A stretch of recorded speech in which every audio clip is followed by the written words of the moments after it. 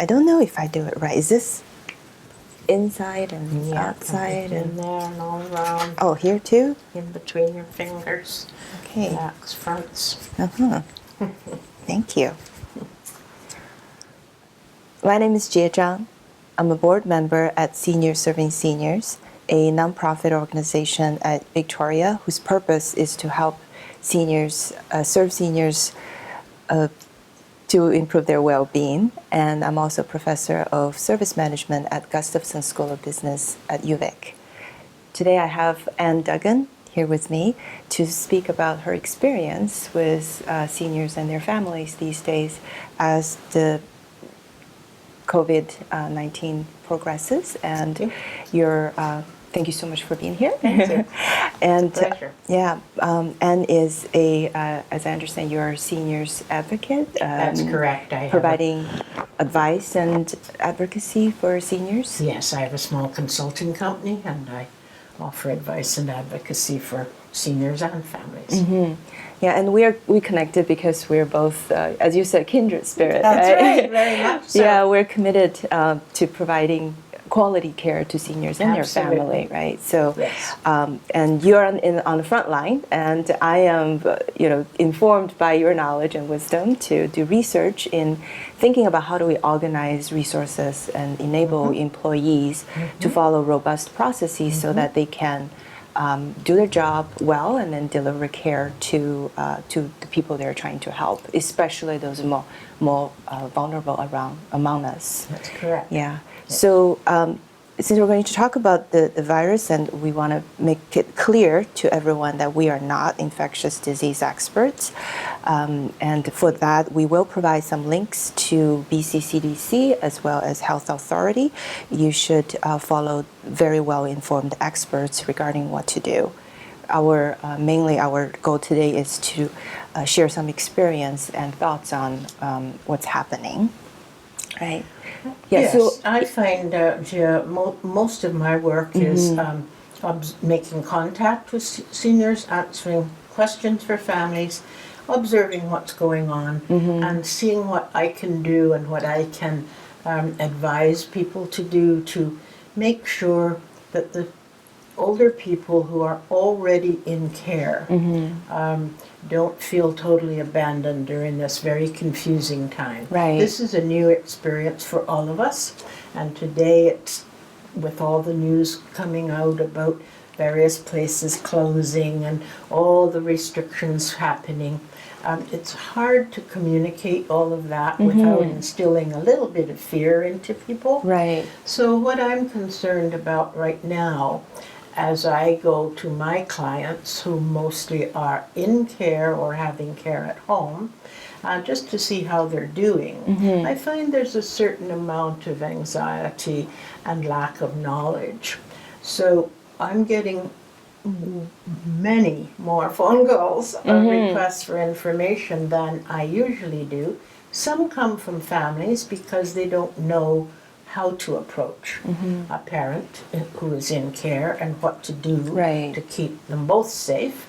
And some questions directly from my clients as to why don't we not know what's going on and where's the staff? I'm waiting for longer than usual for my care.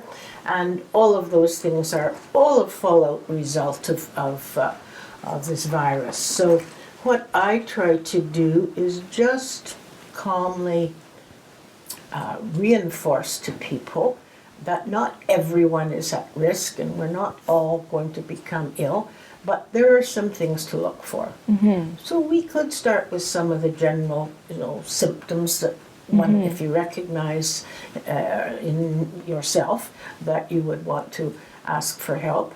But we won't dwell on that. I would rather then go on to talk about how we can restore some confidence into people that are actually feeling a little bit shaky about all Right, of this. right. Yeah, due to lack of knowledge. That's right. Yeah. That's right. Everyone in the world is having to learn something new today, and it doesn't often happen that way, but it is happening. So just to review very quickly, the major symptoms that one at home or in hospital or wherever may run into and know that they should ask for help is a fever, a sense of profound fatigue, usually accompanied by a sore throat, a general malaise and muscle soreness, and a dry cough. I see.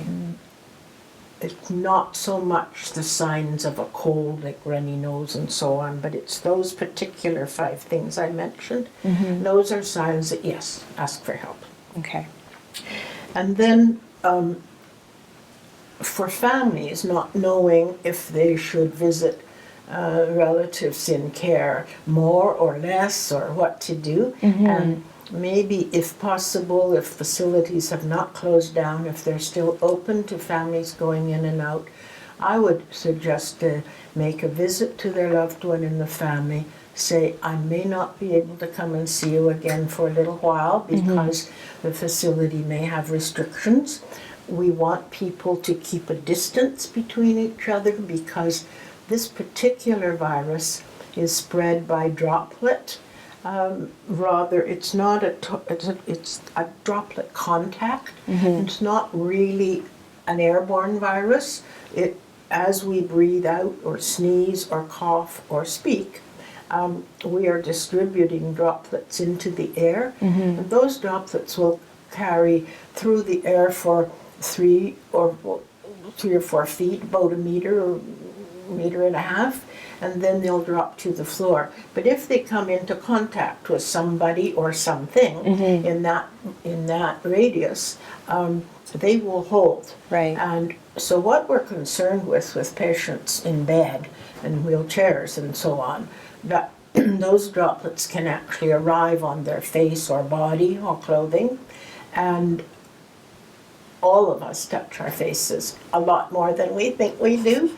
And as our hands go to our face, the doors into the virus entering the mouth and nose and eyes, the virus does not attach and start to work until it reaches the lungs. So our big job as well people and people who may be carrying the virus is not to be spreading it onto other people or other surfaces that they're going to touch with their hands and then maybe make contact with their face. Right. So, but it's nothing to instill total fear in people. It's just common sense. Stay ahead of it, and for goodness sakes, wash your hands every single time you can think of it. Right. And, listen to the experts, right? That's right. Yeah.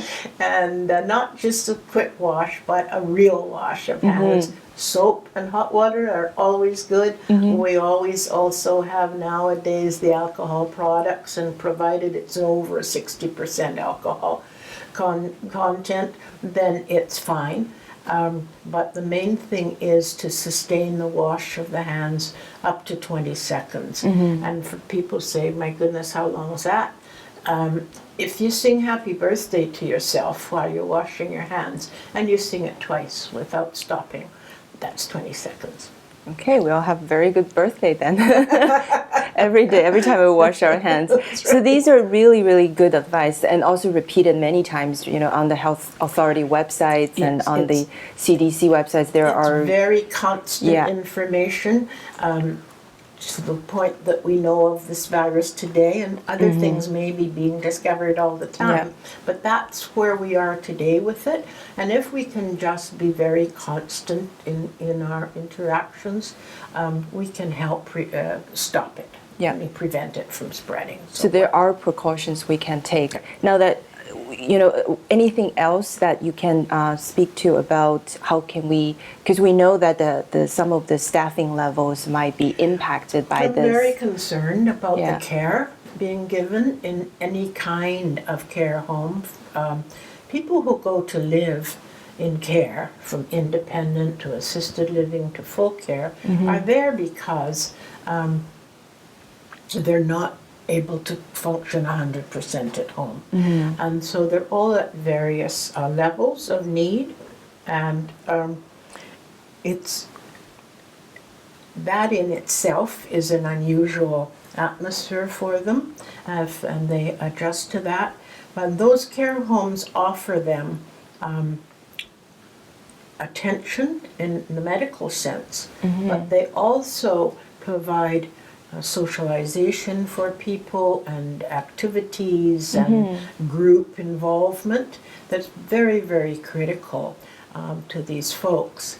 But underlying it all, we're seeing a little bit of a problem developing, and that's what I'm hearing from my clients and their families. It's a level of anxiety that's developing because staff is short. It's been short for the last year or two in many places, just by the nature of the growth of the population. But now, staff members are staying home, either out of fear or because they don't feel well, or they're not quite sure what to do. When staff members stay home, if they can be replaced, if there's someone to call, those are often casual workers. Casual workers do not know the clients, and so they're working almost blindly with people. So I'll just refer to them as patients because I'm thinking of some of the long-term care residents who really need care and attention, but they also need the trusting relationship that they build with staff. And when that's missing all of a sudden, it's having an effect. And without the information right at hand, residents, like all of us, start to imagine there must be something wrong. And in fact, one elderly lady told me the other day that we can't have coffee clubs anymore because the budget's too short. I mean, they don't know why, what's happening. And so, you know, it gives them anxiety, and that's not what we want to know about, you know. So we have to really start being creative about how to provide it a little bit more for people. And that's all people who are feeling isolated, either at home, and for an elderly person to be told they're quarantined at home for 2 weeks or something is a bit of a shock. So as well people, we have to think about what we can do to support this older population, because it is by far the most at risk of anybody. For sure, all the reports point to that. Absolutely. So in terms of helping them, so given that precautions can be taken, if you keep the distance, but you can still be with that person, right? Anything can be done in terms of the activities and the social gathering at the care homes that you think might be a way of addressing the... Yes, I haven't spoken with any of the activity directors lately, but what I would assume that they're doing, because they often have gatherings of residents to listen to music or to do activity or whatever, and sometimes there's quite a number of people in an activity room, so they might want to be taking fewer people at a time into that kind of situation so that they can keep their distances from each other a little bit. That's hard because a lot of people's hearing and vision is a little bit impaired as well. So none of this is easy, but it does take creativity about what we can do to help them. And it may be that we just have to teach staff as much as possible.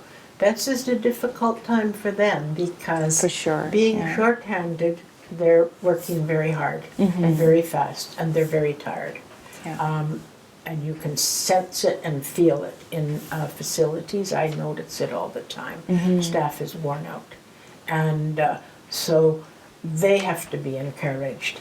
My strong belief is that information is the greatest friend of everybody. You know, accurate information takes away fear, and the more we can inform workers, the better. And so I'm not sure what form that can take, but I'm sure that all the management everywhere in all the care facilities and organizations is studying hard how to impart information, because it's not a time for misinformation. Right, right. That can be very dangerous right now.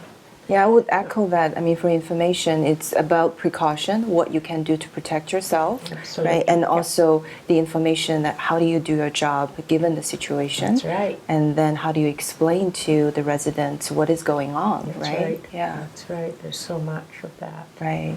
So we hope that neighbors and friends and so on, and another group of people are people living at home or in apartments or in condos, and how much should they do in the ordinary day? Should they continue to go out to their grocery store and so on, or could they maybe call a relative and say, could you just drop some groceries off? Right. Because it's the exchange, the money is contaminated. I mean, there's so many things to think Potential, about. yeah. The less people do right now, the better, and the people that are that can get out and about and drop in or phone call or go to the door, say, are you okay? Is there anything you need? Right. Because 2 weeks can be quite a while if they're used to shopping every couple of days or Right. something. It's a problem. Going out to their social clubs is a problem. Going to church is becoming a problem. Some Right. churches are taking bigger precautions and not offering so many services. So you can see that it's affecting every bit of everyone's life. Yes, yes. And we just have to continue to check on our neighbors, call our friends, be in touch, and see what can be done. Yeah. So at this time, I guess the advice is to stay healthy. Stay healthy. And stay Eat your informed. Eat your vegetables, eat your protein. Right. Stay active, Yeah. wash your hands. Yep. And also reach out And both reach ways, out right? If you can always. help people, reach Absolutely. out. But if you need Absolutely. help, don't be shy, right? That's right. Yeah, That's it's a the time thing. to help if each you're other. worried, if you haven't felt well for a couple of days and your throat's sore and you feel really, really tired and you've got a bit of a fever, call. 811's a good number to call. Although they're very busy these days. They're probably frantic. Yeah. But sooner or later. There's some awfully good information online. The BC Centre for Disease Control is bccdc.ca. It's a very accurate site, a wealth of information there to look up. The Health Authority has good pages up with everything to do. Anything you can find, I find just looking through my Facebook on my computer, well-informed scientists and stuff are taking the time to give their opinion or to offer good advice. Just be careful what you're reading because there's also information that you don't want to know. Right, right. It doesn't help. Yeah. It's alarming. Yeah. But if you can check your references and just keep asking the questions online or to your friends or family, or if you're lucky enough to have a doctor. If you're visiting one of your clients or at the senior home, care home, what precaution have you been taking? They all pretty well now are setting up an entry procedure. Is that the 30 questions? I don't know what all is there, as that's all being done in the last 24 hours pretty well. But first of all, wash your hands. They all have alcohol wash at every door, and most of them now will stop you and ask, have you been traveling? Now, if you've come from Europe or Asia or somewhere in the last couple of Even weeks. Seattle, I heard. And now they're really anywhere where where the disease is active. Yeah.